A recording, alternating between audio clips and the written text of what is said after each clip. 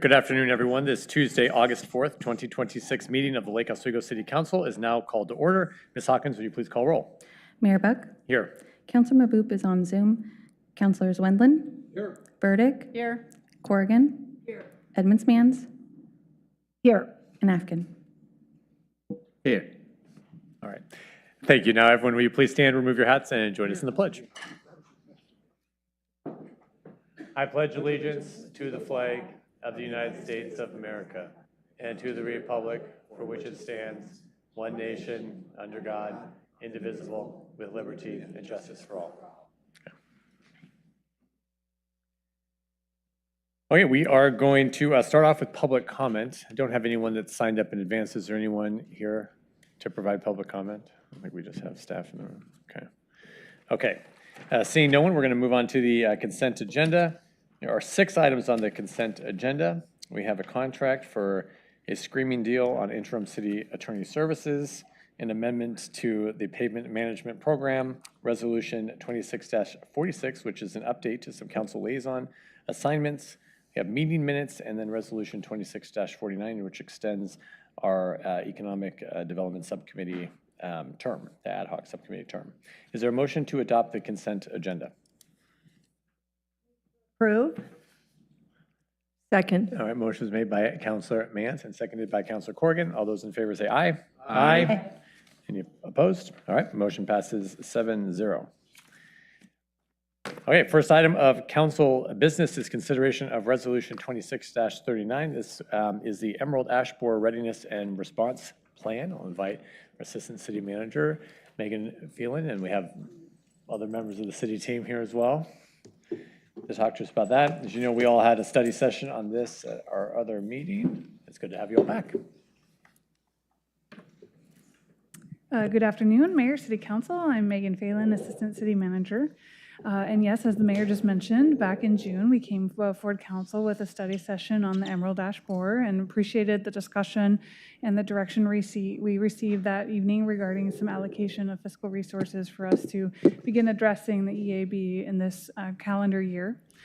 With that, we have prepared a readiness and response plan as well as a communications framework. So I'd like to turn it over to the staff to introduce that. With us, we have Courtney Wilson, Caleb Simpson, and Madison Thiesing. With that, I'll turn it over to Courtney. Good afternoon, Council. My name is Courtney Wilson. I'm Caleb Simpson. And we're here to give a brief overview about our Emerald Ash Borer Readiness and Response Plan, as well as a quick refresher about what Emerald Ash Borer is and how it will impact Lake Oswego.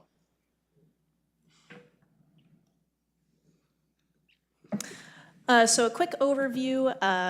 Emerald ash borer was first detected in 2022 in Forest Grove, Oregon. and it has been confirmed in 5 counties, which include Clackamas, Multnomah, Washington, Marion, and Yamhill counties. And once a tree is infested with EAB, it has about a 99% mortality rate. With EAB being permanently established in Oregon, it'll inevitably spread to Lake Oswego, and it cannot be eradicated, but a proactive plan can minimize the ecological, economic, and safety impacts to our community. Ash trees are also widespread in our city, in our parks, natural areas, rights-of-ways, and on private property, making this a citywide risk, not just an isolated one. So what is emerald ash borer? Emerald ash borer is a non-native invasive wood-boring beetle that feeds on and kills ash trees, including our native Oregon ash, as well as fringe tree and cultivated olive. It is also considered to be one of the most destructive pests in North America since its 2002 discovery near Detroit, Michigan. There are also no effective natural predators in North America, and EAB kills healthy and stressed trees alike. Adult EABs live for about 3 to 6 weeks, and the entire life cycle from egg to adult takes about 1 year or 2 years in colder regions. A single female can lay up to 200 eggs that hatch in about 3 weeks, and the larvae spend about 1 year growing and feeding beneath the bark. A common misconception is that adult EABs are what kill ash. It's actually the larvae that destroy the inner tissues and feed on them that disrupt nutrient uptake for the tree. And infected ash trees typically die within 3 to 7 years after initial attack. To give a brief summary of the 2025 parks inventory, in the summer of 2025, we hired 2 interns to conduct a ash tree inventory on parks owned property. And we did these in areas that we considered to be hazard zones. So this would be a 100-foot buffer on the park borders that bordered high-value targets such as homes, utilities, and roads. And then we did a 60-foot buffer on park trails and pathways. They inventoried 2,711 trees, with 1,528 being potentially hazardous. Those are the ones that would be large enough with a high-value target within range in those hazard zones. Approximately 80% of the ash trees are located within 8 of our parks, which are listed on the screen below. I want to put a reminder in there that we did not inventory more interior ash trees. So most of the park area for our parks did not get inventoried, and there are plenty of ash that are interior and then will not be considered for preemptive ash tree removal, as the trees do not have high-value targets within range. And then we did do a kind of triage into 4 different tiers, with the first 3 tiers being ones that we should potentially remove. So we are currently expanding our citywide inventory. So currently, we're having 2 interns inventory our public rights-of-way for ash trees. They're inventorying approximately 180 miles of right-of-way along our streets. As of this morning, they've inventoried about 350 right-of-way ash trees. We split the city into 7 zones based on our street sweeping routes, and they've completed about 2.5 of those zones, so they're about 35% of the way through that right-of-way tree inventory. The purpose of this inventory is to just quantify the amount of ash that we have in our right-of-way, since we don't have those numbers yet. Once we have this information, it'll guide our treatment, removal, and replacement decisions. We are also in the early phase of developing a request for proposal, or an RFP, for a citywide public tree inventory that will inventory all of our right-of-way trees, not just ash trees, as this was a goal outlined in our urban and community forestry plan. Once we have this data, it'll be used to quantify the amount of trees that we have within the city, as well as the species makeup, since we only currently have a canopy estimate in Lake Oswego. So there are 3 management strategies outlined in the readiness and response plan. The first one being removal, preemptive removals of hazardous trees near homes, utilities, and roads before an EAB infestation takes place and creates hazard tree conditions.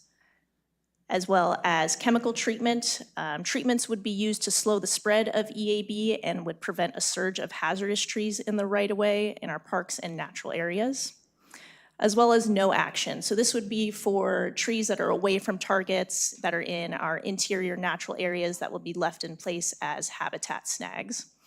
And we do also want to mention that staggered removals combined with chemical injections will limit large-scale tree canopy loss in the urban heat island effect in our ash-heavy neighborhoods. The urban heat island effect is when urban areas are warmer than surrounding rural areas due to developed surfaces absorbing and retaining heat, and that is made more apparent when there is a lack of tree canopy.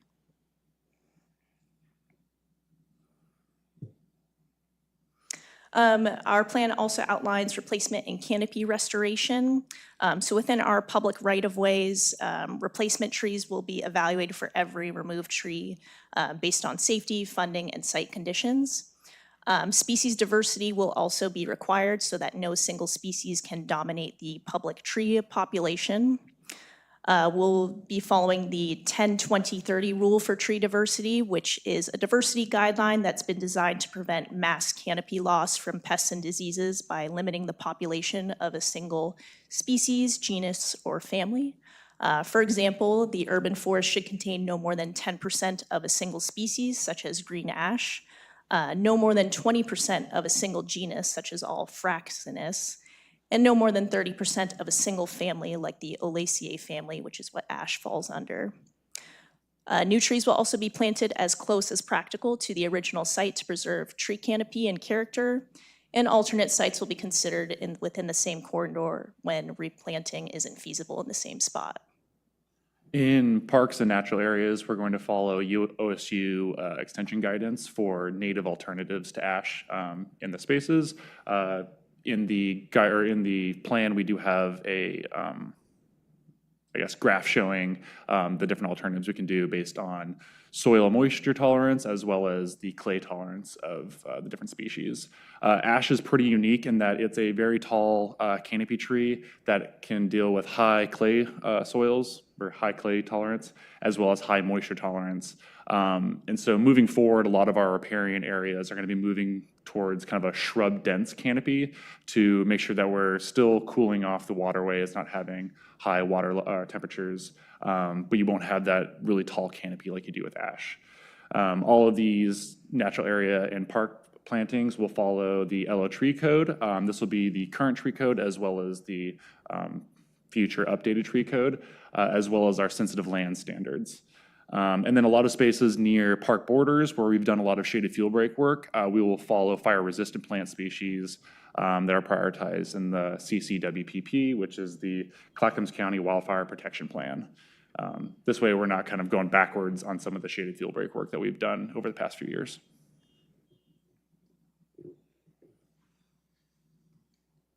So this is my section.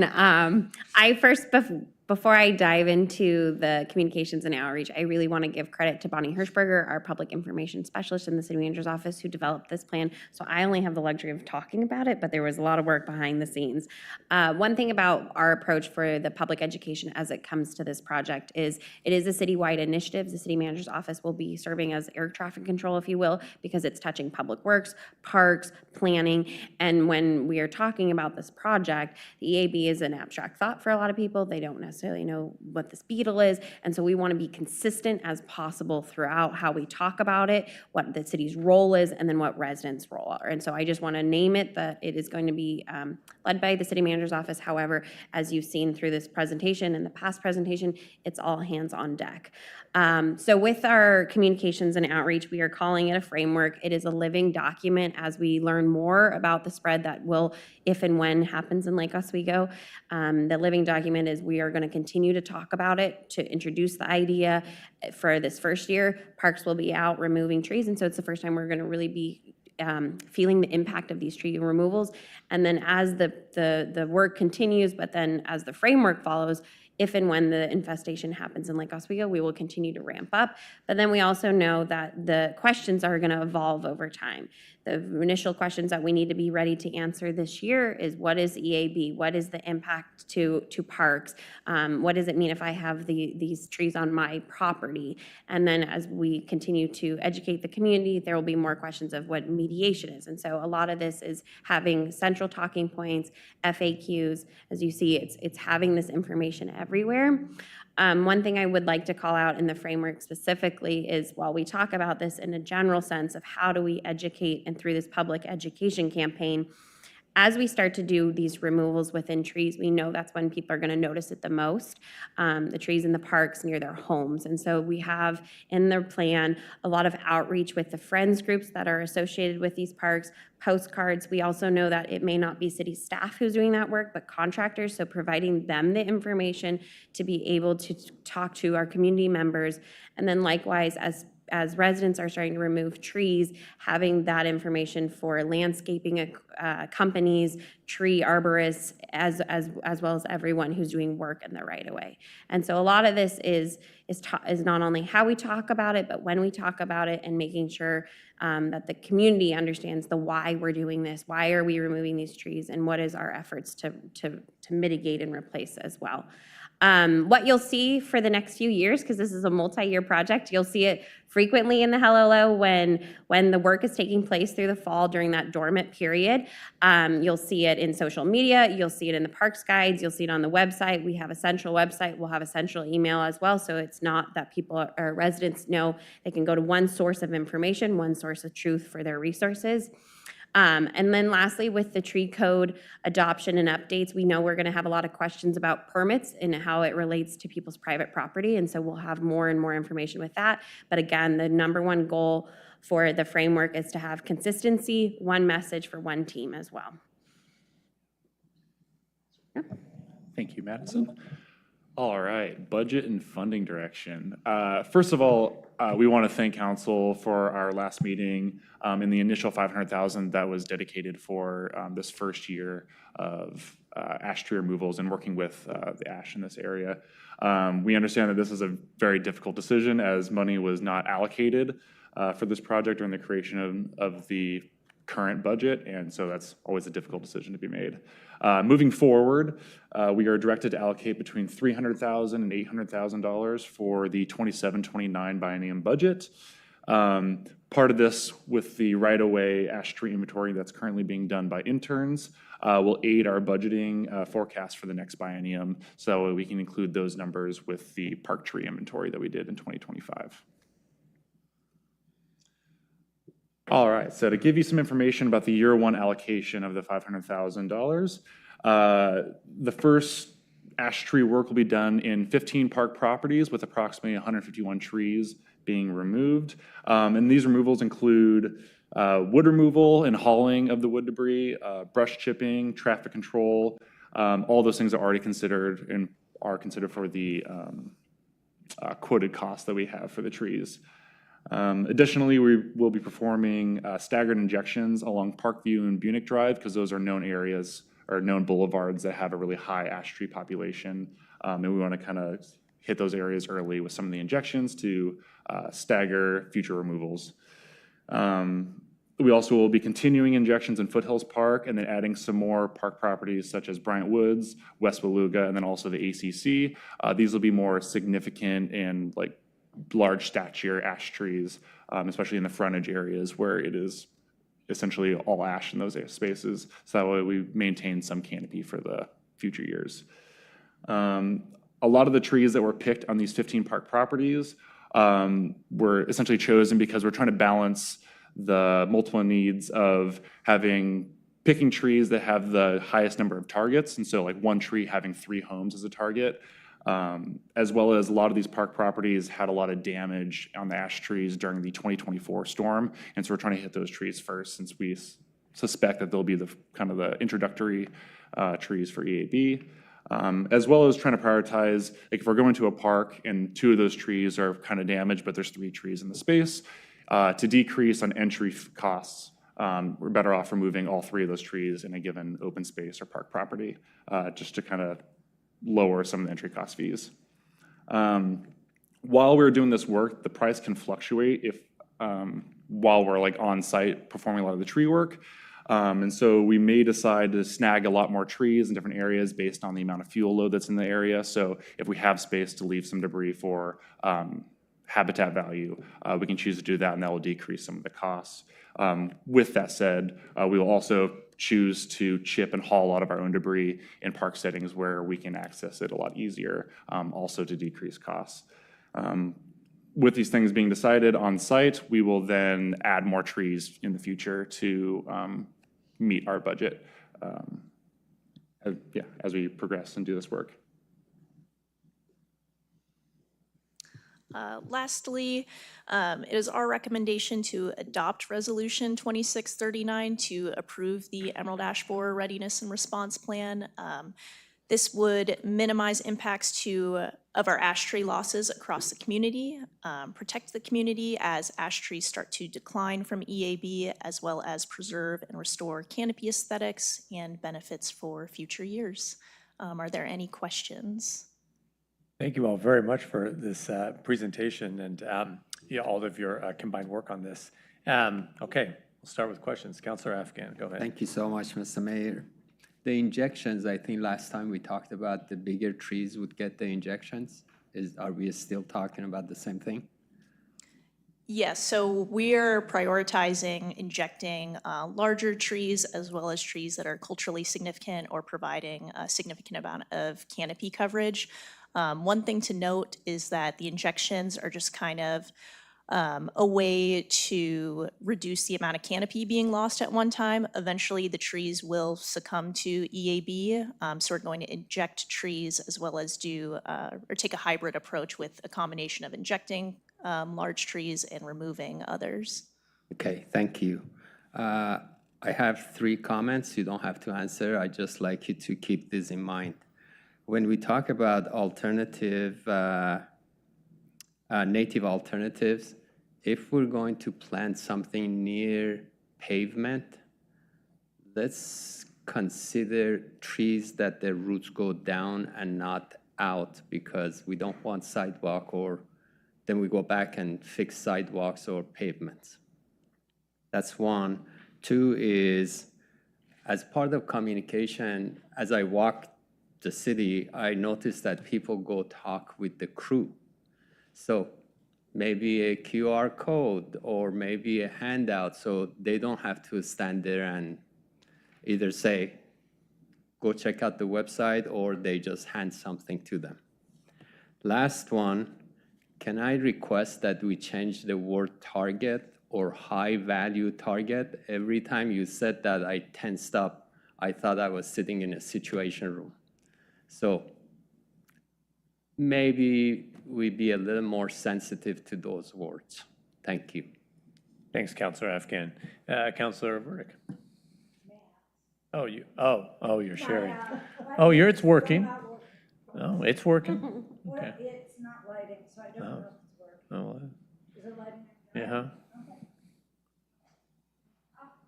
My question is, as part of that, and I guess this would be for teaching medicine, as part of all the communication that's going out, is there going to be some sort of dashboard where people can see where the emerald ash trees are in their neighborhood, or, you know, like we have our maps, we can click on where road work is? Would there be something like that? Right now, I know the Parks has inventoried theirs in GIS, and those are Right, with GIS. and so we could look into finding a way if we could embed that map with that layer on the website. I would have to work with IT to find out, but I definitely think we can find, if it's static, maybe not as live as GIS, but we could definitely find an option. Especially to show impact. I think, you know, when we're talking about parks, we know the scale. What we've talked about as a team, when we start talking about the right-of-way trees, Exactly. it's gonna be, I'll just use the word jarring to see the scale of it. So, I yes, think if people have that, are able to go and Yeah. go, oh, my neighborhood really isn't impacted, or it is, and I have questions. Yeah. It could further drive the conversation. we can definitely explore that. Thank you. Thank you for that suggestion. Thanks, Councilor Mans. Councilor Corrigan. So I want to preface this by saying I know Parks is very thoughtful and careful about the things that it injects and the pesticides that it uses. This manages our lands, but could you tell us about the chemical that you're injecting, the name of it, and what its mechanism is? I'll start. Great, thanks. I'll start it, and then Courtney can pick up if I missed anything. So I think our primary choice will be emamectin benzoate. It's a trunk injection system that essentially goes right into the xylem and phloem portion of the tree. So there's no chemical being sprayed on the tree, pushed into the soil, none of those different systems. Those are possible systems, but for us, the tree injection is the safest way with the least amount of ecological impact for the tree, as well as insects, bacteria, anything around the tree. When it gets injected into the root collar of the tree, it gets absorbed upwards into the tree to get towards the entire trunk, get into branches, and then into the leaves. We do this during kind of that 1.5 month time in spring, so is it May to June? This is also primarily because that is post-pollination period of the tree.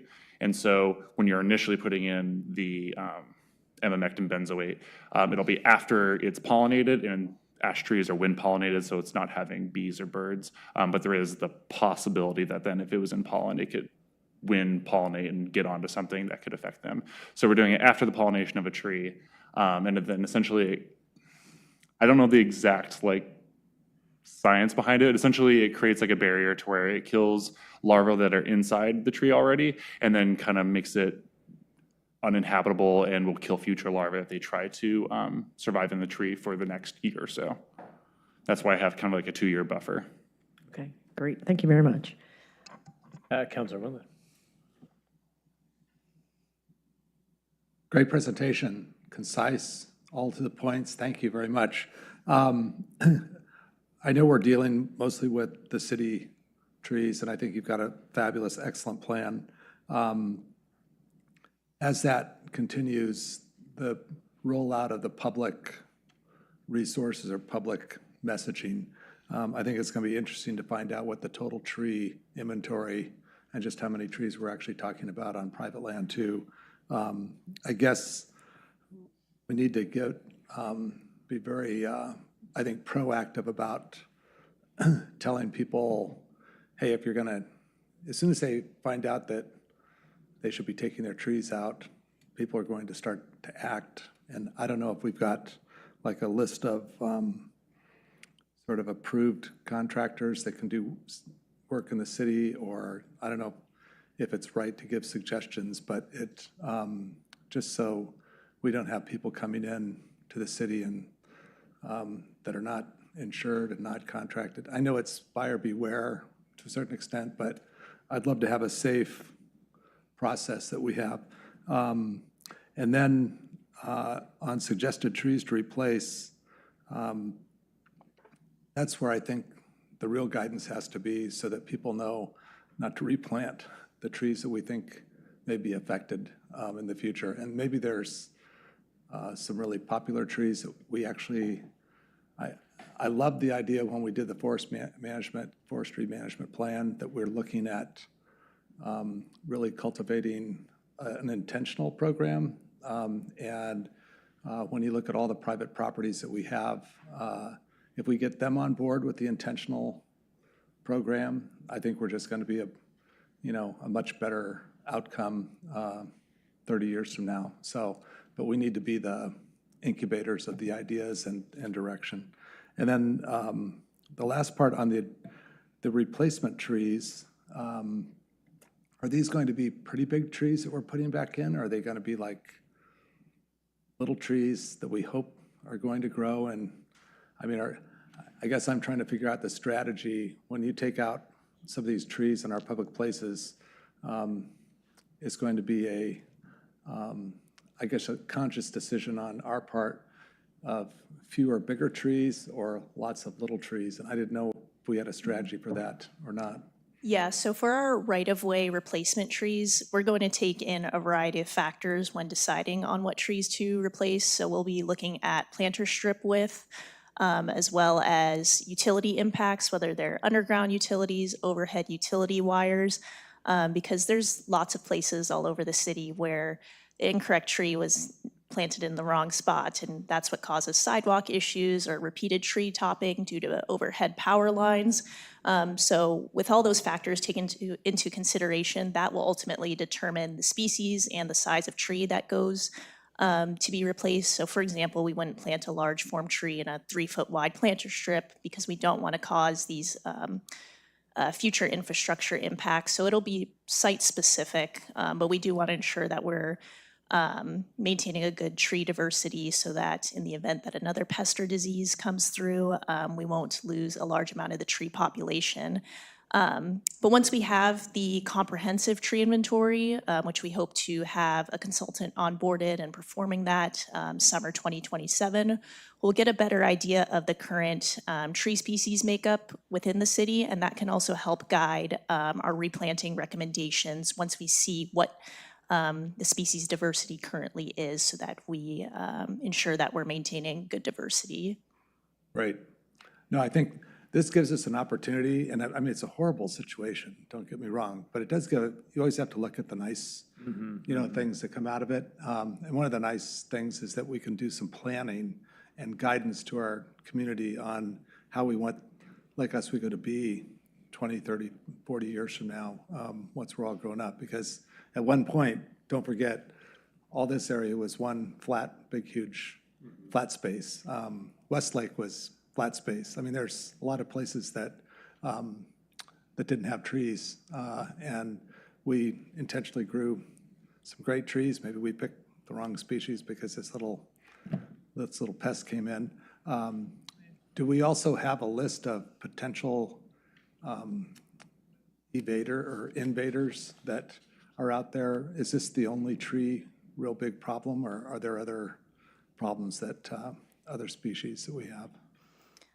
So on the horizon, there is what's called Mediterranean oak borer, which is a boring insect that has been known to attack oak trees. Fortunately, they tend to attack oak trees that are already in decline or stressed. So a way to keep an oak tree, prevent it from getting Mediterranean oak borer would be to just keep it healthy. If you start noticing signs of decline, it'd be great to consult with an arborist that could provide proper care recommendations. We don't foresee Mediterranean oak borer being as widespread of a problem as EAB. Good. Well, that's a good sign. Thank you. Thanks, Councilwoman. Councilor. Answered one of my questions, so thank you, and that was making sure that we do plant a diverse range of trees so that we don't kind of get in this situation again. But my other question, and it may be that you've already kind of addressed this in the marketing and it's just not spelled out, but also depending on where kind of we're concentrating our efforts, making sure we reach out to the neighborhood associations. And they can also help spread the words to neighbors. So we just don't want to miss that resource.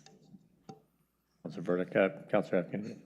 Councilor Wendland said something that triggered something that I wanted to make a request.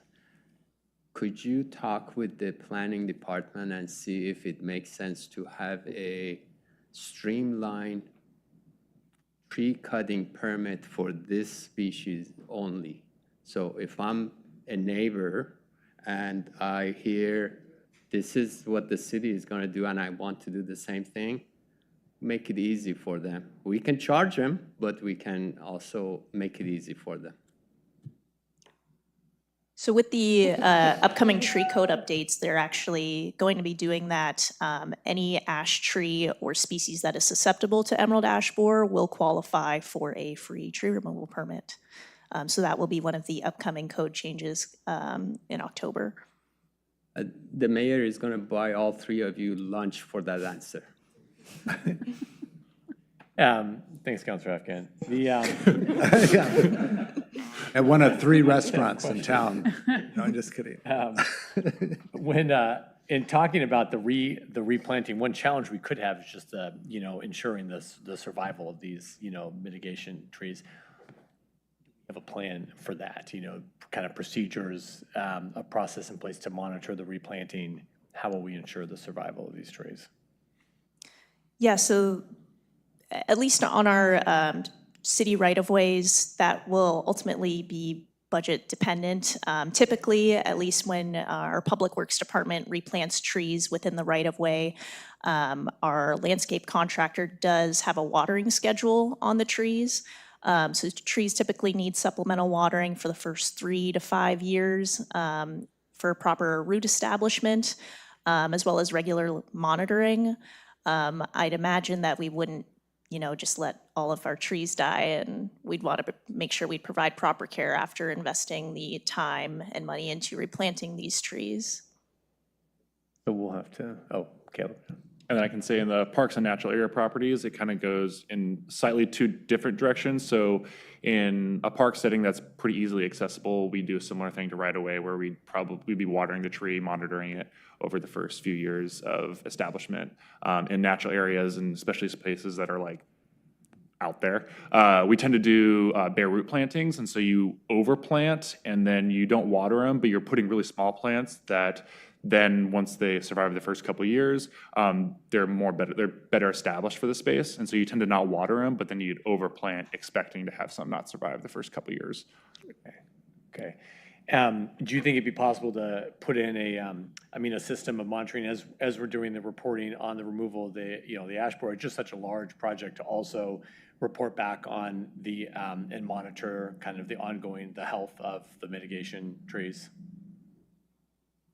What was the first part of the question? Like set up? Well, as we're going to be talking about, the trees that are removed each year, we're going to be setting a budget for it. I mean, Courtney's got a good point. Like, we need to contemplate the cost of not just planting, but ensuring the kind of long-term health of these new trees, but including that kind of just the health of these information on the mitigation trees in the ongoing reporting on this program. Would that be possible? Yeah, we should be able to do that. That's pretty common for a lot of natural area like contractors when they plant. You just kind of ask for them to keep up monitoring so you get percentages of like what all survived, species specific and everything. So Okay, yeah, that would be great, And I think we have, does Councilor Boop have a question on Zoom? Yes, I do. Hi, Councilor Boop. Hi. Hi, Mr. Mayor. Hi, dear councilman. And I am, I think it's a very good presentation and it reflects what we talk about in June. I'm very happy that you folks are taking the lead on this. And honestly, I don't have a lot of questions. The only thing that I would like to see is the involvement of the community, like the Watershed Council talk about in the school district. So there are groups of students that are very involved in ecology and stuff. I just think it would be great that this thing is not only a park question and the city question, but it's just like the whole community, they know.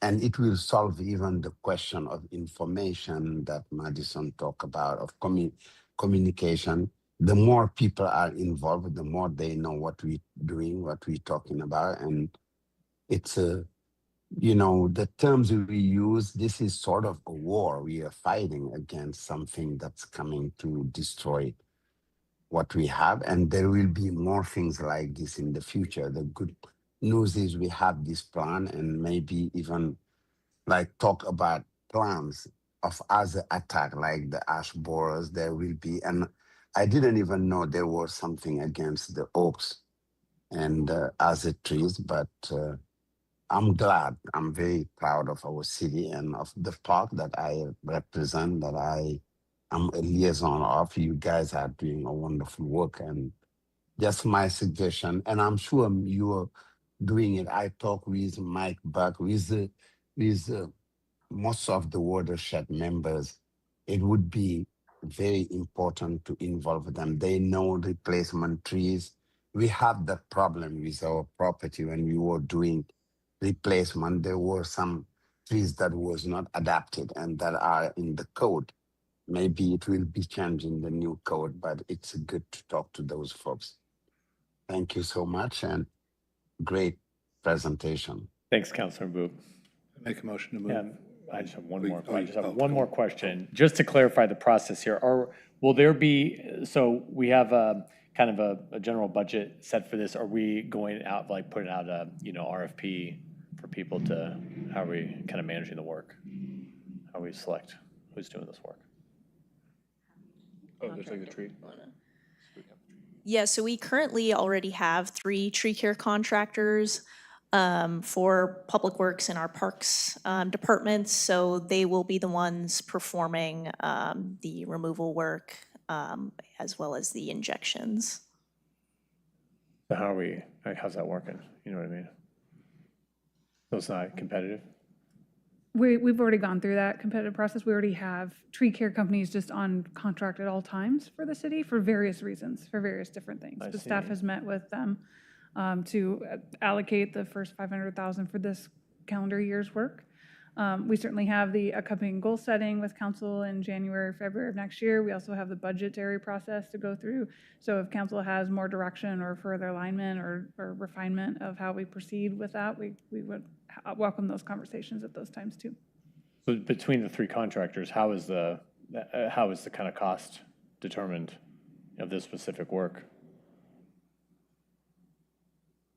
Like how do we go about getting the? We said, we got these ash trees we need to remove. Are they individually submit proposals? Do they have kind of like an à la carte menu they've provided, like ash tree removal that we knew about when we brought them on? Like how? Yeah, so initially we had, back in June's presentation, we had a table set out to where we had estimated prices based on the size of trees that we got from the 3 contractors. And then from there, we had them go evaluate a portion of West Beluga where it included park-specific trees, trees near roads, as well as trees that are more in the natural area to get essentially where they're giving quotes per tree for, I think, an estimated like 50-some trees. And then from there, we had one contractor that was significantly cheaper for most of like the natural areas and park properties. And so we've gone for them to get a more extensive quote list for the 15 properties that are on our year 1 allocation. And then we're using another contractor for a lot of our tree injections because they've already initiated some of that work over the past few years. Okay. So we kind of had the 3 of the 3 that we work with, they provided bids, estimates, and then we went with the most cost effective. Yes. Okay, well, that's good. Okay, thank you for clarifying that. Okay. Okay. So I move to adopt Resolution 26-39. Second? All right, the motion was made by Counselor Windland and seconded by Counselor Burdick. Is there any further discussion? All right, all those in favor say aye. Aye. Any opposed? Okay, motion passes 7-0. Thank you all very much. We really appreciate your work on Good this. job. Thank you. Good presentation. May the force be with you. We got all sorts Or of the chainsaw. Or the chainsaw. taglines for this program. Don't get hit Okay. by a tree. Next, we have a study session on pedestrian facility prioritization. We have Public Works Director and City Engineer Eric Rooney and our Assistant Public Works Director Will Farley, as well as Mort Anusha. Mort is not coming up.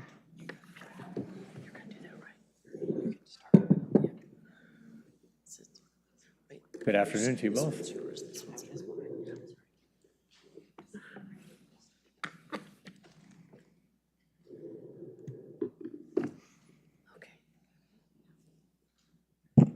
Good afternoon, Mayor, Councilors. I'm Erica Rooney, Public Works Director and City Engineer.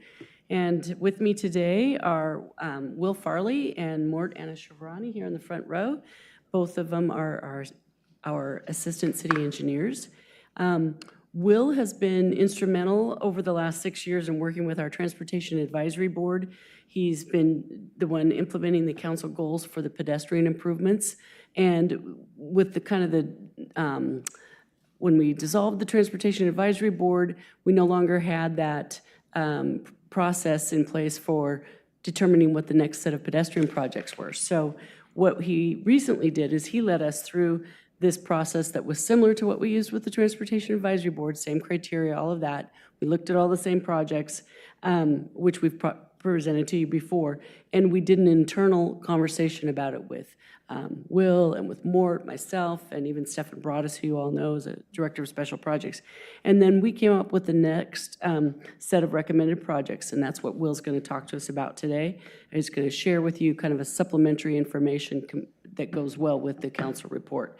And then Mort is here because he is the fortunate one to take hopefully your recommendations and ensure that we get them into the next part of our future CIP process that will start this fall. Internally, we'll start putting together the capital improvement plan, and in the spring, we'll incorporate that into the budget and bring that all forward to you there. So these are the first steps in making sure that we get the right projects lined up for that process. And the three of us are a part of that. Now I'm going to turn it over to Will, though, to give you a presentation on the recommendations we have for the next pedestrian pathway projects. Good evening, Mayor and City Councilors. My name is Will Farley, Assistant City Engineer. I'm here to give a quick presentation on our pedestrian pathway program and ask for your approval for the next set of priorities to include in our 2027 capital improvement plan. So I know we're all wanting to get out for National Night Out, so I'll talk at my normal quick-paced speed and run us through this agenda. We'll touch on the background of how we got where we are, speak to the current project status that's in the CIP, and where projects were prioritized by Transportation Advisory Board. And I'll give details on the recommendations by staff and including a couple alternatives. So for a quick recap, over a decade ago, we adopted our transportation system plan that had nearly 200 projects identified to help traffic patterns in Lake Oswego through 2035. Pedestrian bicycle infrastructure was of concern at that time because 132 of those projects were to help people walk and bike around our city. In 2019, City Council decided to start working some of these projects off the list and charged the Transportation Advisory Board to come up with a methodology to prioritize projects near schools for kids to get to the school safer. So the Transportation Advisory Board narrowed that 132 projects down to 43 projects. And then they began to work on a methodology that listed those projects based on the roadway functional classification, with arterials being the most important, school type, with elementary school being more important, proximity to school, of course, closer was going to be rising up to the top of that list, and if we could complete a gap with a project. So this prioritization have brought these projects forward for recommendation for funding. This map has a couple colors in it. Projects identified in green have been constructed or are planned for construction in our current 2025 capital improvement program. Projects identified in blue have been recommended but not yet funded. Reasons these haven't been funded yet include having a prohibitively high cost, such as the project is number 1, which is Boone's Ferry Road, right there behind Lake Oswego High School, or project number 2, which is Bryant Road, which is basically sidewalks, bike lanes, all the way from Boone's Ferry Road down to Childs. Other projects like that on number 14 is on Atwater Road, which is a road that the county has jurisdiction over, and 15 is one that already has a separated pedestrian connection on it. A couple other notes I'd like to point out on this slide that are asterisks. McEwen Road was one that was brought forward with opportunity with Lake Oswego School District to fund. This was not in our TSP, but we had that opportunity, and that one is working on construction as we speak. Another one was Fernwood Road, which was in the original 43 projects reviewed by TAB, but they had a concern with the cost that they were proposing at the time. So that one didn't make it to their formal recommendation, but it was one that they had scored. And then Is that the single asterisk or the double? the single asterisk is Fernwood that extends from South Shore and all the way to Marjorie. The double asterisk is McEwen. I kind of went backwards on them. Okay, make sure we go to the right one. Moving forward for our upcoming 2027 capital improvement plan, we're carrying forward the funding for the projects identified previously. Bryant Road between Lakeview and Upper, this is that windy area that goes over the railroad tracks. This is expected to be constructed sometime around 2028. Goodall Road between Hazel and Country Club Road, we're going to fill in some missing gaps to make a complete segment on the east side sometime in 2029. And then Fernwood Drive, that single asterisk, between South Shore and Marjorie Drive, we expect to have constructed sometime around 2031. But since the upcoming update to the 2027 capital improvement plan looks at the next 6 years, we want to look at what projects we're going to put in forward for 2032 and 2033. Gosh, we're almost getting there. So to start way up high level, here's a map of projects staff is bringing to council for recommendation, along with a couple alternatives identified with an asterisk on this one. Most of these projects were scored high by the Transportation Advisory Board and considered for recommendation, but didn't rise to the level of being included due to various concerns. I'll give council some details in the next slide in the order they're listed through on this map. So start us off, relatively small project on Quarry Road that would help walking to Lake Grove Elementary School. Quarry Road is identified as a neighborhood collector that carries about 2,300 vehicles per day on average. People were seen driving about 25 miles an hour with a speed limit of 20. I want to make aside that our count data was collected right in while we were implementing the 20 is plenty, so it won't reflect some of those. This project is described in our transportation system plan as doing 600 feet of improvements, including filling in about 50 feet of sidewalk. It will involve several driveway rebuilds for some of the project or some of the properties there. Estimate cost is about $300,000. Will, oh, sorry, real quick, does that, are there sidewalks then from Boone's up to where the project is on Quarry? Correct. There are sidewalks that go all the way up. There's a driveway on the west side where there's kind of a gap. On the east side in red, there is no sidewalk in that segment. Perfect, okay, thank you. Next recommendation by staff is a small project on Sunningdale Road connecting to Forest Hills Elementary School. Sunningdale is classified as a local street in our transportation system plan.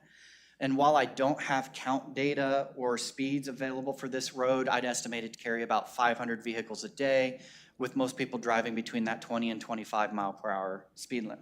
With a 20 mile per hour speed limit, they're going to be pretty close to that.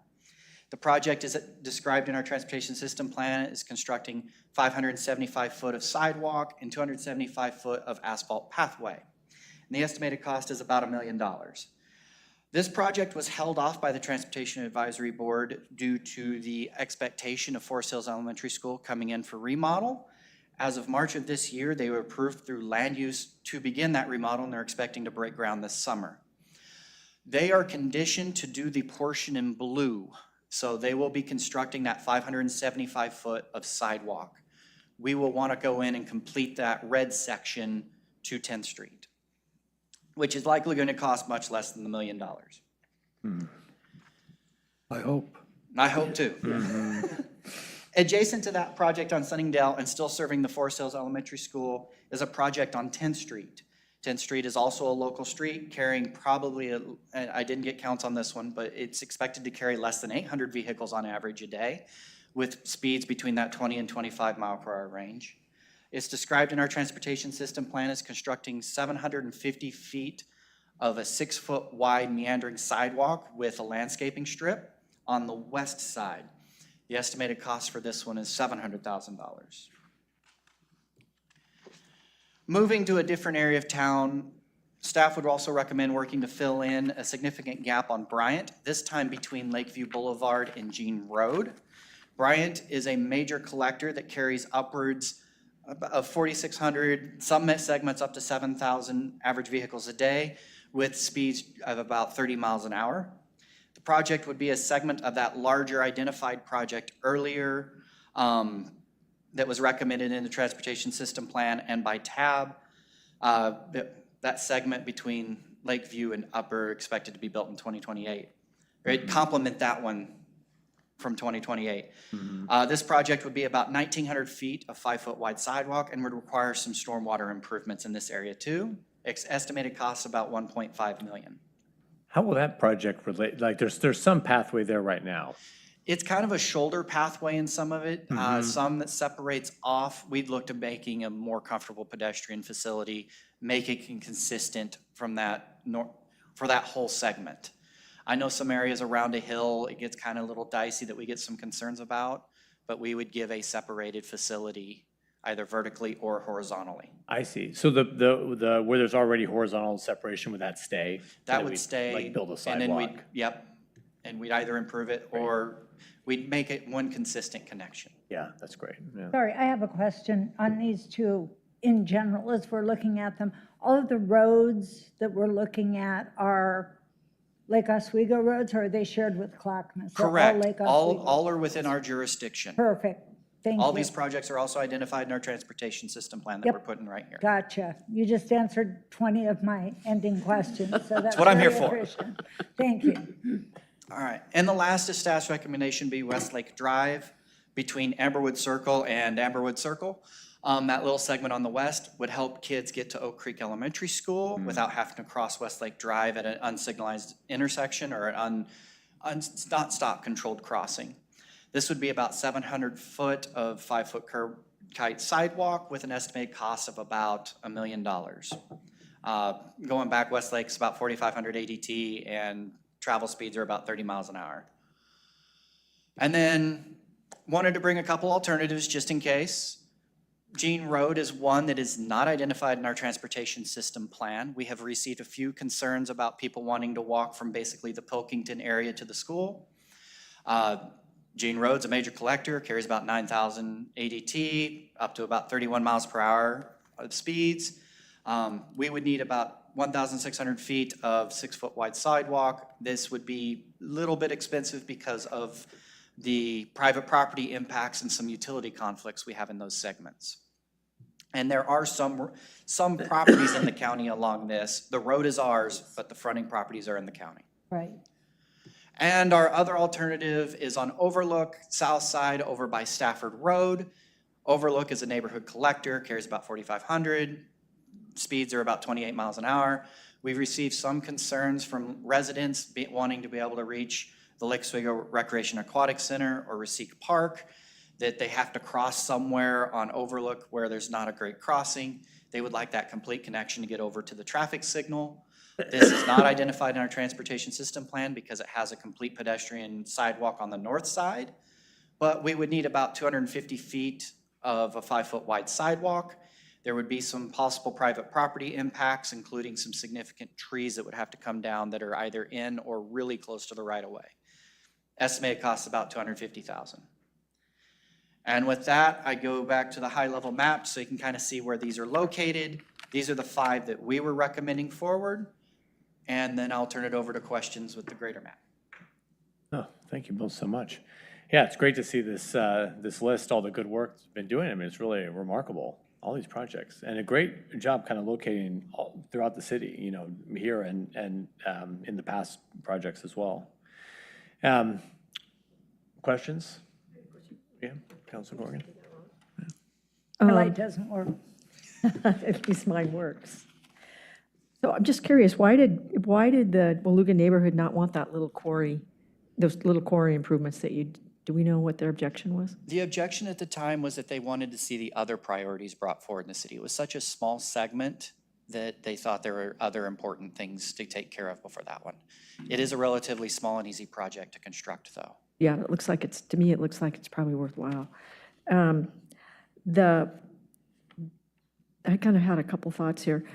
Have we looked at the changes that might be needed for pedestrian improvements with regard to all the new housing on Boones Ferry Road, the Habitat for Humanity, and El Nido?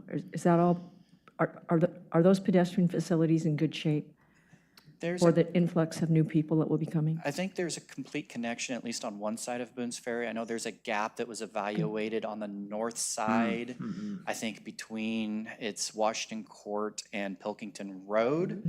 TAB looked at that back at the time that they were evaluating, but it was never recommended forward because of that complete connection on the south side that they could get to through a signal. But So yeah. yes, they can go east or west from both of those two new developments. Okay, great. Yes. Thanks very much. The other thing that occurred to me was that big connection on Bryant Road all the way through. That is a really, really busy street. That's almost like Highway 43 for the west end. And I don't think it's going to quiet down. I think it's going to get busier and busier. So I guess I would prioritize trying to keep people off those really busy streets. These other ones are great, but I would really like to see how we can fit that together. I know it's going to be expensive, but I think it's going to be worth it. The Jean Road. Yeah, the Jean Road. Oh, the Jean 'cause Road? So Oh, coming sorry. from, well, so we're going to do little section a little section we're going to do down Bryant Hill, which is what, number 12? Yep. Little piece of And number then, 12. so I guess I'm talking about number 2, completing that whole, Completing the whole Yeah. one. So Oh, yeah. we separated out that gene. yep, the Yep. whole thing. So we not separated it out, not the gene, from Gene to Lakeview, just to make it a more appetizing segment that captures a lot of it. There are kind of not broken sidewalks, intermittent sidewalks. Yeah. South of there. This was just the next segment that we thought we could bring forward to kind of get to that full build out, hopefully Phases. in phases. Yeah. Yeah, I think that makes sense, because that is really where the traffic moves from one side of the lake to the other on the west end, so I would support that. Yeah. Yeah, so I thank you. kind of had similar thoughts along, with that same logic. On the Gene Road, I mean, right next to a school, high, average daily trip volume. And again, the other projects are great, but, maybe if we had to pick and choose between what to delay, and I know that's an expensive one, more expensive. I mean, I would prefer even delaying the sidewalks around the Forest Hills, just because it's such a low traffic count, 500 versus the thousands to do the Gene. But I know that it's more expensive even than those two projects. So, but if there was a way to do it, and I know that there's some neighborhood opposition in first edition to those projects too, which in general, there's a reason why there's no sidewalks first edition, because of neighborhood opposition.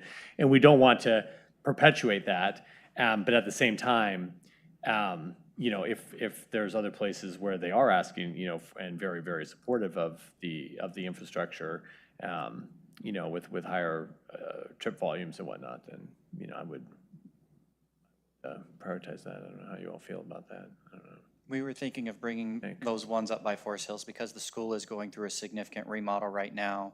The concern of the neighborhood that was brought up to TAB was, please wait until the school's done. Oh. This would set it up to finish what the school's starting, because they have to build their frontage improvements, complete that connection that they have, and then maybe look on adding basically that full loop around the school on 10th Street. Oh, so these were like past concerns. What was that? These were past concerns. Yeah. Those concerns also dealt with some other streets. I see. So it would be a leverage of efficiencies. Yes, Okay, yes. I like that. I know. Go ahead, Councilor Manzi.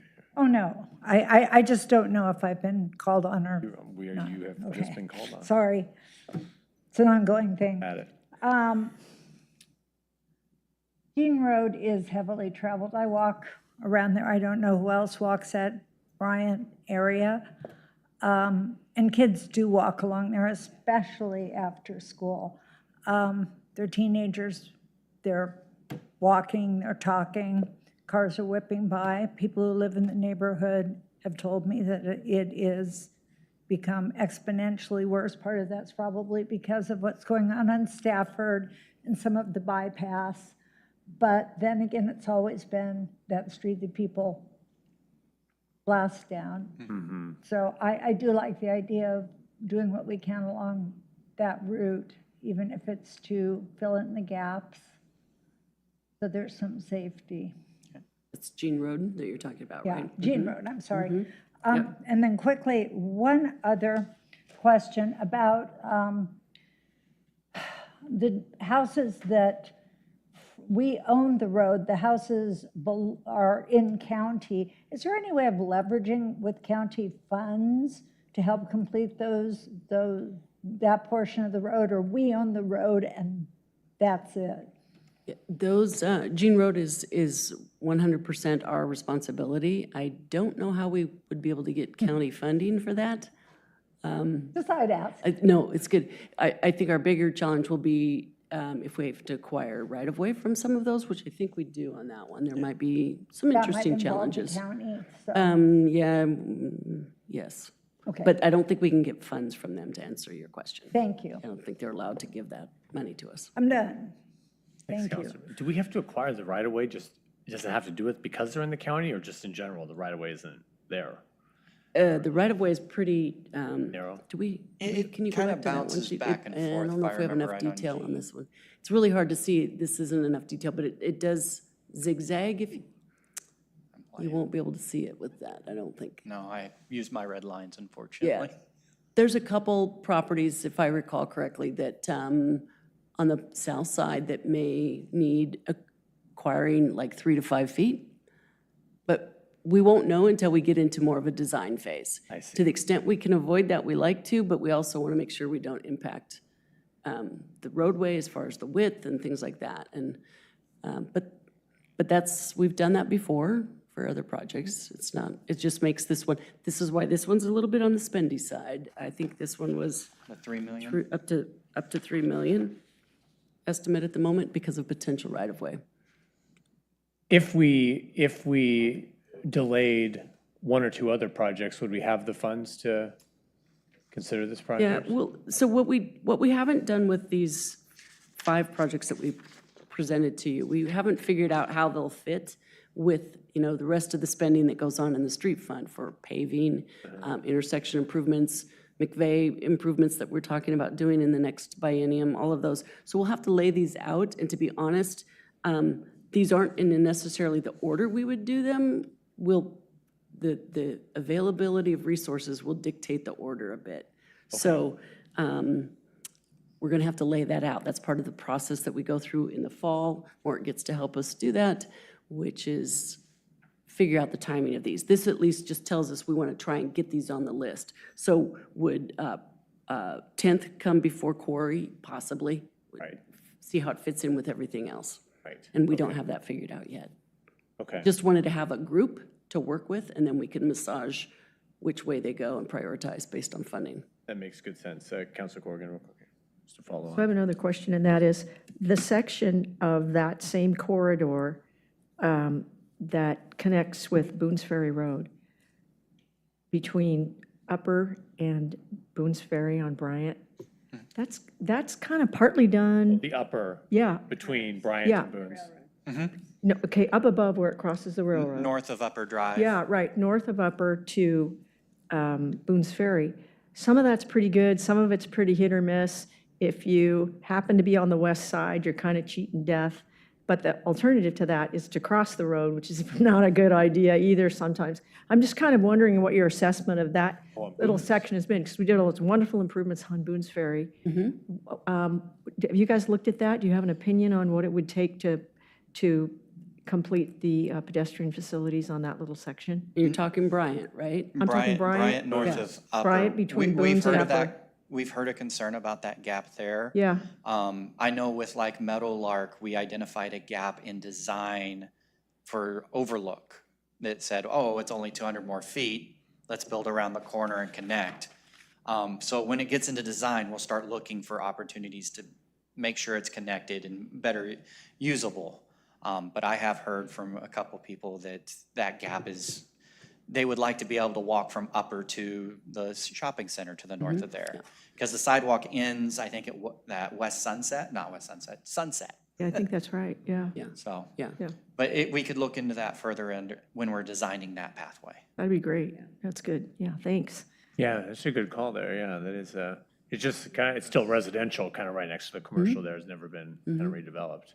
I was thinking more on Boone's too. There's the just portions, but I think soon they're gonna be developed, and I think the private development will then make the improvements. Oh, there's on the Boone's. two or three lots on the, Yep. what maybe I call the north side, yes. The north kind of- side, yes, yeah. yeah. The other is Yes. the south Between side. Madrona and Yes. West Sunset. Probably only a matter of time. And when those come in, those will have to match the Boones Ferry Road Right. improvements that we put in, Right. be of similar I design. think there's signs up for development on those, Yeah, so right, only a matter of time. We right. don't need to spend the money if others will do it for us, right? Councilor Afghan. Thank you, Mr. Mayor. Similar to my colleagues, ditto what they said, high hazard, high traffic, so it makes sense to do the projects they brought up. My question is, does it make sense, I think Director Rooney, you said, these are going to be individual projects depending on what's happening in the certain areas, if I heard you correctly. Does it make sense to look at this as one big project and see if there is an economy of scale to get more for our money? That's just the question, and can you please consider it? And I'll tell you, we've done a couple, just as an example, we have done it a couple different ways. Okay. Sometimes we've done them as individual efforts, and sometimes we have combined a few projects together, like Treetop and Meadowlark. When they're super close to each other, that's been very efficient. When they are physically not in the same neighborhood, I don't know that we've gained much other than maybe a little bit of time regarding design. So we'll look at that if it's better to put them together. Some of the smaller ones sometimes can be done from a design perspective. Construction, not so much. We really don't see much savings from a construction standpoint to put them all together when they are physically different. But we'll look at that. Yeah. Thank you. Yep. Mayor, Oh, yes. just to add to that, I think it makes it more difficult for small contractors if we combine these things. So we're able to grow smaller businesses to be bigger businesses if they have this opportunity to bid on small projects as well. So just another reason to think about that, yeah. It also plays, a little bit that plays into it for us too is the timing of the resources. So I could put these all together and do a $4.5 million package. That can be quite a bit of a resource balancing challenge. The reason I brought that up, one is because of the fiscal responsibility that my colleague keeps bringing up. And the other one is these are so tough to prioritize because they're all important. And it's like, how can we get more for our money? So sometimes some contractors will give you a discount if you can keep them busy for a whole year. I don't know if this is the case, but that was just a request. You guys are the expert in contracting and efficiency. We will certainly look at different options on how to either combine or if they need to be separated, we will do that. Yeah, Good thank you. point. Councilor Wendland. I look at the red line between Lake Ridge and then up to Boone's Ferry with the green hash marks. That's going to happen, right? The 12? That is funded in our Right. current capital improvement plan, and we're carrying that one Right. forward. And I'm kind of under I know we have to do this piecemeal because we just get money, each year or whatever. I would say to go bold and make sure that we get from Boone's Ferry all the way down to Lake Ridge Junior High all fixed. And I would say that would be one big project so that we have, it'd be great to see what that would be. And I would maybe reprioritize things because from what my colleagues have said and what you said, I always look, Will has taught me about, average daily traffic, whatever, trips. And it's exponentially big on that corridor. And I think it makes sense to me to have it like done, just all completed. And yes, it's going to cost some money, but it would be interesting to find out if you take 2 years worth of money, which would be $4 million, and see what bold things, maybe you do that and you can do Forest Hills. I don't know, maybe that's too much, but do 2 bold projects and knock them all out. But I agree that it makes sense with Forest Hills because it's a new school and you kind of want to, there's nothing worse than going back and digging stuff up after a project has just been done. So I kind of support that. But I guess I would look at the bigger picture of things and say, borrow future money, 1 year's worth of money and get it so that we're looking at maybe a $4 million block for a project. I don't know, just as an alternative, you might say. Since this is a study session, we don't have to make a decision tonight, but to look at that. And to the point of if it is a slightly bigger project, maybe it will be less expensive if you do the whole thing all Or at once. if it was, what if it was D and the Gene? D and Gene? Well, yeah, right, exactly, Yeah. yeah, no, get Two that together. whole thing so it's all, be bold, I guess, once, is all I'm saying, is that it might be worth it to get it, because Because 12 you've there already is so designed. much. No. Well, so 12, I'll 12's in. just say a little something about 12. 12 is not an easy project. Right. And as a matter of fact, we'll see if we're ready to stomach what the cost of that could be, because there's this thing called a railroad involved with it. And unfortunately, that's going to be scary to figure out how we're going to get across there technically and with the grades. So what we did, the reason we broke this apart is there's, yes, we absolutely need sidewalks all the way from Bryant down to Childs. There's no question about it. Right. The easier parts are the Jean to Lakeview and even south. Those are easier. The part going across the railroad and through that Hill. chicane, that's a great word for it, where we've got very steep slopes, is going to be quite challenging. And so what we're doing right now is we're going to be putting out an RFP in the next several months to do the analysis and come up with some designs for that. But I'm a little hesitant to say that that isn't its own beast in and of itself. And we didn't want to hold up the rest of the projects, which are not simple sidewalks, but easier by far than that little piece right there. It could derail the whole thing if it was part of the bigger project. Want to do that? Yeah, that's why it was sort of separated out like Now, could you this. remind us, so the number 12, you have the shopping, the commercial side of it. Yes. Right, and then that other, is 12 on the other side, across from the commercial? It's on the west side across from the commercial. No improvements on that commercial side? Well, that's We just- haven't designed it yet, Yeah, but we're looking at, that's why we want to have somebody come and look, which is the better side to be on even. Yeah. Because it is very challenging, and again, getting across the railroad, be it east side or west side, it's just going to be, We kind of already have the path on the other side to the railroad. Yeah. And then it gets a little dicey, and then it disappears into the but building commercial. anything new is going to trigger the railroad. And the grade of it. Oh, the is grades that- are a challenge, Yeah. yes. you got basically a hill on one side, part of it being a county property on that corner on the west side, and on the other side, you have a retaining wall. But Right. Yeah. Very with limited right of way. steps, kind of like, I'm just thinking if it was more cost efficient to say, like, go on the side where we already have the path. Yeah, we'll look for the okay. less expensive, we're open to looking There's at both crossing, sides. There's no question about that. We have not Right. solidified it's one side or the other, but we're looking at both of them. That's why we want to take the time to thoughtfully go through some design alternatives for that to see what our options are, because I think either option is going to be quite expensive. Not to mention challenging to get my across the last railroad. point was, we did give sort of Jean Road, maybe they could, Forest Hills could swap, because it's a new bond, the Forest Hills, do they have enough money to do the whole thing? Do what? can the school But- district cover all of the improvements around Forest Hills? Oh. I don't think we'd be able to get them to do that. Oh, Yeah. okay. They're complaining already that they don't Yes. have enough They- money. They've They've got got an quite a ex- few improvements to do at the school, updating Andrews Road and the sidewalk to complete to the property line on Sunningdale. All new sidewalk on So we've already Andrews. stretched that leverage point? Just a Okay, thank you.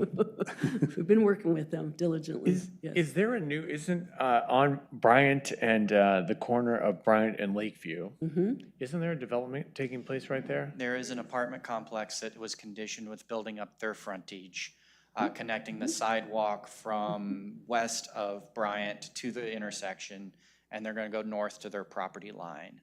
So they will have their corner completed, hopefully, by the time we're looking at this. Okay, so up Bryant along their frontage. Yeah, Yep.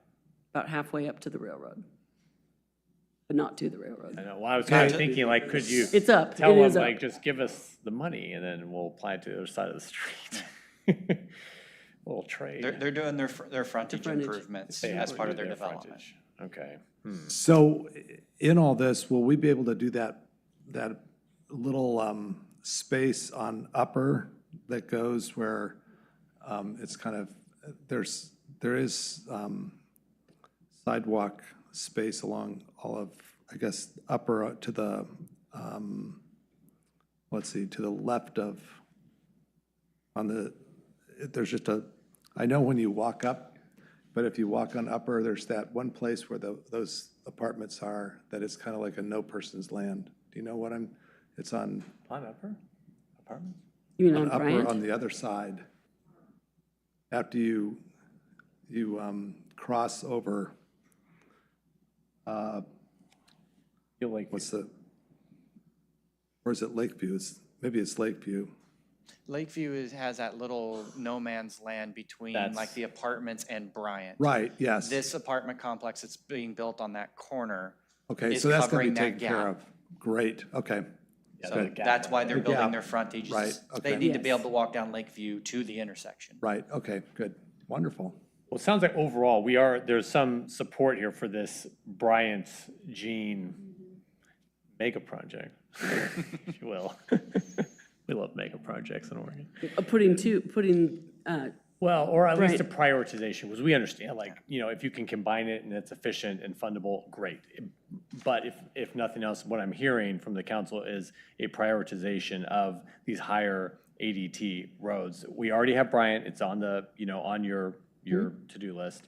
But I'm also hearing a prioritization of Gene perhaps over some of the other smaller projects. But we understand the comprehensive, view, but if that would be possible, it'd be great, Councilman. I just wanted to add a slight caveat. Because if this is going to take away from future projects, not that I don't value this, I'm the guy that pushed this forward in the first place, but I want to be sure that we're remembering in there that we have McVeigh and other areas that are high traffic, high pedestrian, high speed. Hopefully the speed will change over time with control devices. So I just wanted to put that caveat in there. This is so valuable. I cannot believe how far we've come on this project. It's exciting for me to see this. It truly, truly is. But that's my only comment. And the work that you've done is absolutely fantastic. And your mapping is so good. Thank you. Very easy to follow. Thank you. I think we have a question or comment from Councilor Boop. Yes, thank you. Ms. Rooney, I was just asking, I think you talk about it, but it's something I've always raised. It's like on Lakeview and Bryan, starting at the end, like from the apartments, there's sort of a hole. I lived there now, I moved, but it's one of the most dangerous place in Lake Oswego. And I think that's what you were talking about, that is it part of the project we are talking about? So if you go out there right now, it's under construction, what I call the northwest corner of Lakeview and Bryant. There's new building being built. And there will be sidewalk along the entire frontage and up part of Bryant. Along their frontage. Yeah, because the sidewalk comes to the poles and that's where it stopped. Yeah, okay. Yeah, thank you. This is something that will help a lot. It's other than that, I'm very, as always, Ms. Rooney is, the engineering is one of our best departments. You're doing a great work. Thank you. Thank you. Thank you, Councilor Boop. Yeah, we hear lots of positive feedback from folks throughout the community on the pedestrian improvements and also just the curb cuts and the crossing improvements too. Huge, great things. So We've got a busy season going right now. Mort's got, a lot of things torn up on the west side, if you will, but in a nice way. We'll be finished. If you haven't been down Pilkington, as of just yesterday, they started taking down some of the trees so we can get the sidewalk in there. And we'll be finishing that gap probably in the next 2 to 3 months. And that'll be wonderful. You can walk all the way from Jean and Pilkington all the way to Boones Ferry Road on the side, the east side, where we also have high pedestrian activity from the senior center there. Yeah. The senior housing there. So we're looking forward to getting that gap finished. That's great. I mean, it seems like, it's like each year it's like, we do a few projects, but I mean, it really has made a big difference in just a short period of time and just a few years. So you think, wow, in another few years, I mean, it is noticeable difference, especially when we're talking about these key roadways, you know, with the gaps and even these filling these little gaps can make a huge difference. It's really improves the experience for the road users. On Boone's Ferry, is there any, I mean, we can't afford that. We'll never be able to do that one by the high school I mean, isn't that like a 50? I think last I saw it was about 18 million, and that was in 2022. Yeah. And we have that on our regional, I mean, we always, it's Yep. on the RTP, Regional Transportation Plan. Yep, so So we that look for grant someday- opportunities with Metro, but it's very expensive, and I think even the share of 10% of it's gonna be one we'd have to come to council for. School district also has a responsibility to pay for the left turn lane to go in there on the backside. It's a long-time agreement that's been around for a while. And so even with that, it's still going to be multiple millions of dollars because of the terrain. Yeah, the Yeah, terrain's yeah. horrible. Right. Horrible. Yeah, it's just a tricky, you still see the kids walking along the shoulder there sometimes, you know. But there is that back pathway that we've been encouraging Fatoma. them to use. Yeah, Fatoma, but Yeah, but that's still not the Yeah. shortest route. To It's get not their, obvious to a lot of people. To get their right? Jamba Juice or whatever they go over for. to even go home probably. Okay, well, thank you. Does it sound good? So what I think, I just want to clarify what I think I heard you say is that you would like us to do something a little bit more to bring Jean up into the mix and maybe reprioritize a little bit here and see if we can accommodate it in here, maybe pull something else off. And so we'll have another chance to talk about this, obviously, when we come during the budget cycle, to talk about these things with both the budget committee and with you all when you go to approve it. If you want us to come sooner than that, we can, but typically we would present all of these projects along with everything else in the fund as a part of the budget process. Is that sufficient? Sounds great. Does that sound? Yeah, good? Yeah, sounds These will great. look familiar to you, but we'll kind of reorder things here a little bit and see what we come up with. Great. Okay. No, thank you for bringing these to us. We appreciate it. It's good process. Thank you. Thank you all. Have a good evening. Thank you too. All right, folks, any information, any updates, information to share? How's everything going? Yeah, Councilor Maines. I am now the liaison to DEI, thanks to my colleague, Councilor Afghan. And we had a very robust meeting. It's a great group. I was highly impressed with the diversity of opinion. I asked a very specific question of them that had been plaguing me because people had asked me about it, and they were able to give a variety of very succinct and honest opinions of what they felt, which was wonderful. They are engaged, they're ready to start working. I think it's going to be a good group. Great. Thank you for taking on that Oh, assignment. my pleasure. We wanted you to get the full council experience. Absolutely, absolutely. In addition to which, I do want to give a shout out to Parks for the final concert at Foothills, Great. which I was able to announce. I love doing that. It was fabulous. 2,300 people approximately were there. Wow. With their picnics, with their parties. I had the honor and fun to end up joining Councilor Afghan and his party of folks. People were dancing, there were children playing baseball in the front of the stage, or catch, not baseball, let me rephrase that. All in all, it was one of the most beautiful community events, perfect day for it too. Great. Thanks, Councilor Mance. That's great. Councilor Moop?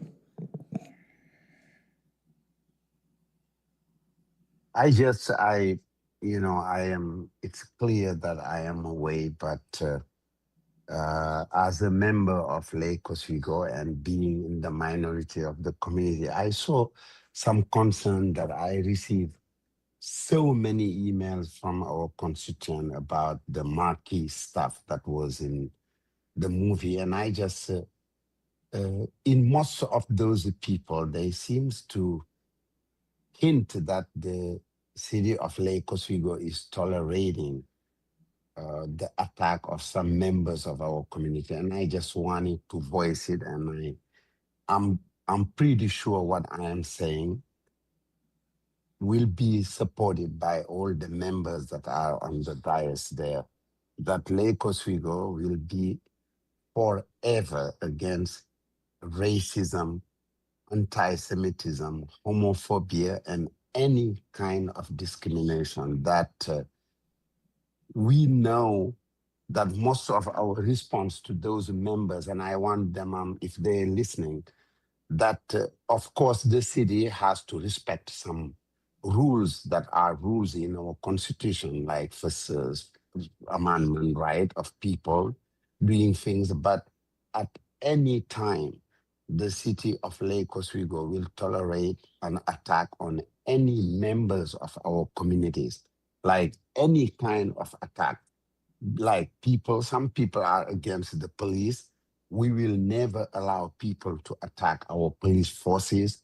Some people are racist. We will never accept them to attack any member of our community. Some people are anti-Semit. We will never, we are against, any act of anti-Semitism in our community. And it's very clear, like there's no doubt that the city of Lake Oswego is opposed to any kind of discrimination. But at the same time, the city of Lake Oswego respect the First Amendment right of folks. You've seen on State Street someone who was treating Obama of any kind of names. You remember that. Those are things that are unfortunately guaranteed by our constitution. But as a city, we are very clear, and I'm repeating it. It's good to repeat that the city of Lake Oswego condemn any kind of anti-Semitism, of Islamophobia, of homophobia, of racism, and any kind of discrimination. We are clear. We are the only city that have, among the only city that have a diversity, like Councilor Mens just talked about it. When we talk about DEI, it's about that. When we talk about our ADA, all of our city is equipped to fight those discrimination. And I wanted it to be very clear. I've been reading from far away. I just want to reassure, which the mayor did in emails that are very clear, and it has to be said loud, that I echo what the mayor said, that our Jewish member of Lake Oswego has to be, assured and reassured that the city will stand with them to fight any kind of discrimination towards them. And this is also the same for our Black community, our Asian, our all community, our gay and lesbian and the queer community. Any members of our community, the city stand with them to make sure they feel safe in this community. And that's something that I really wanted to echo. I could not, I'm far away, and I just see that some of our members are like that. I saw the mayor start to respond. The city manager responded, but it seems that people maybe needed us to say this very loud. Thank you very much.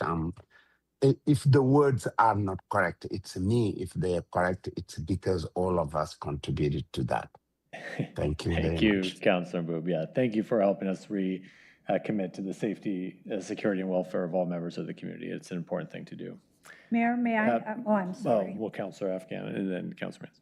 I wanted to thank the city staff and city attorney, as well as our recorder, for doing a great job for coordinating all the meetings, for the city manager interviews. Those were not easy to get us all together, and having those meetings conducted. So thank you very much.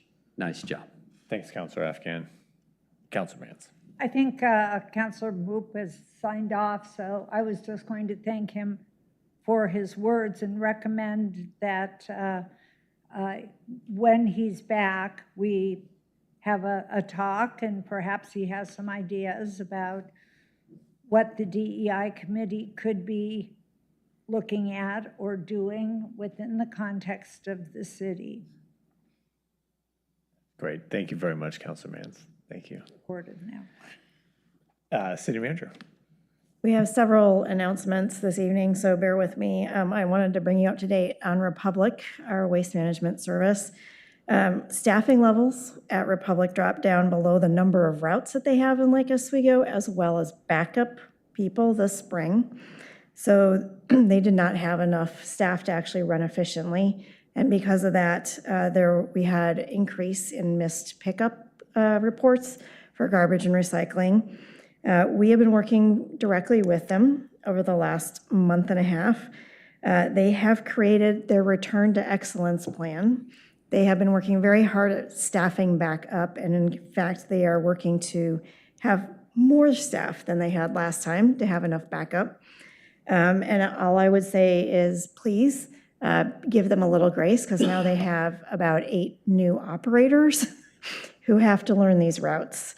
We had operators for a very long time that knew our routes. They knew us individually. They knew when a bin needed to be, picked up for those who could not get it out. We have had amazing service for many, many years, decades even. But if you do have an issue and your route does get missed, or a portion of it, your garbage is not picked up, we have a very specific number just for Oregon and just for Lake Oswego. So don't call the number on their website. It's on our website, and it's 503-636-3011. And that gets you directly to the local Wilsonville customer service, and they know Lake Oswego like the back of their hand, and they will make sure that your garbage and recycling gets picked up. If it does not, do not take it back in. They would really appreciate that we leave it out for them, because if they come back and it's gone, they can't go get it. So, public service announcement number 1. Second, you all know I'll be out on vacation and delegating authority to Megan Phelan, our Assistant City Manager, for the time that I'm out, which will be about 2 weeks.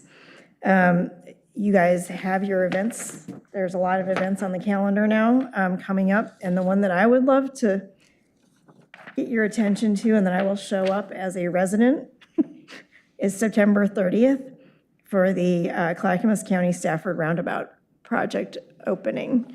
I am a roundabout fan and will be there with bells on.